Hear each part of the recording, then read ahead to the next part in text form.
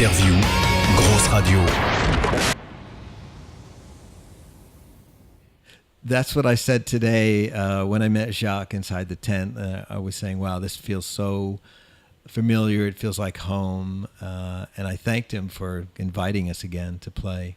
It's a great venue, and everyone always has a great vibe and good feeling. So we're happy to be here.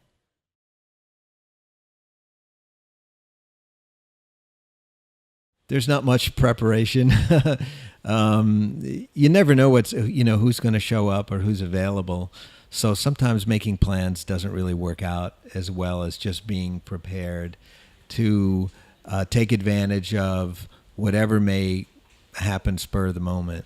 So really in the last 48 hours, I was told that some good friends were going to be in the area and playing. And so we quickly contacted each other and said, let's do something. And this afternoon, we at soundcheck, we figured out what we were going to do. So, and we don't go 100% with mapping the whole thing out. We go about 50%, and we make sure that the audience is going to help participate in the magic once the show starts.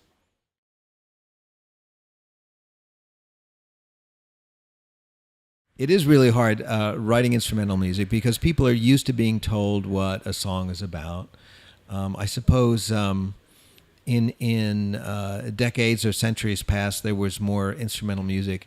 But even in the various classical eras, the instrumental music had lyrics, libretto or whatever written to it. So it's been what I would call a fluid art, but still the power of the instrumental is in fact also its weakness, or I should say its weakness is its power, which is that it allows the listener to imagine their own story behind it. It doesn't have to be about the plastic table if that's what the singer keeps saying over and over again.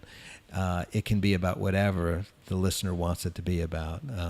It could be a celebration. It could be commiserating a loss. And it could be about wonder. It could be about boredom. It could be about anything. And I think once you realize that, and you start to really understand musical tools, it becomes a very interesting and exciting challenge to take on deep subjects, complicated subjects that you want to represent instrumentally. But ultimately remembering that once you give it to the audience, they're free to reinterpret it as they like,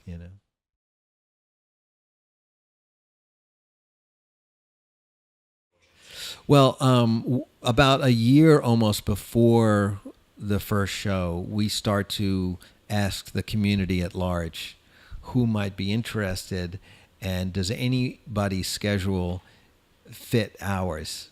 And it's an interesting process because as the organizer, I have to put together several different versions, and then I sort of float the idea out to promoters around the world, and I see which ones they like.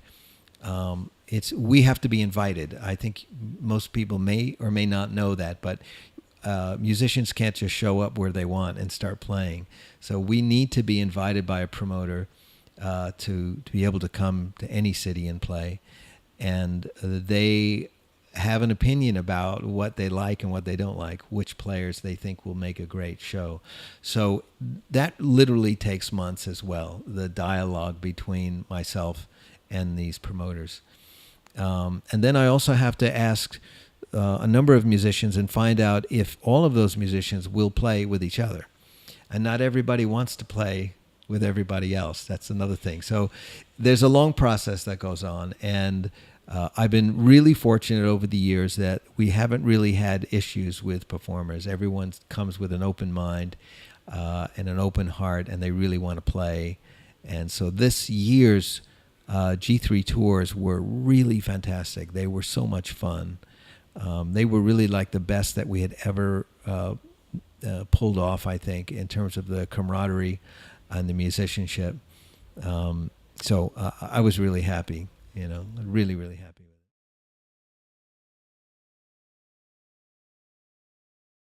Well, the only news is sort of annoying news because I was convinced that there would be no more Chickenfoot because of what Sammy was telling me, and then we did an acoustic benefit in the middle of May, and it was a reunion for Chickenfoot, except it was all acoustic for a benefit for a children's cancer hospital in San Francisco.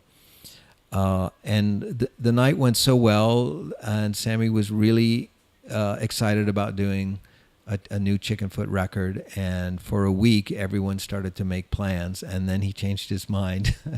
And so once again, we had to start up and then stop. So as far as I can tell, it's not happening in the near future.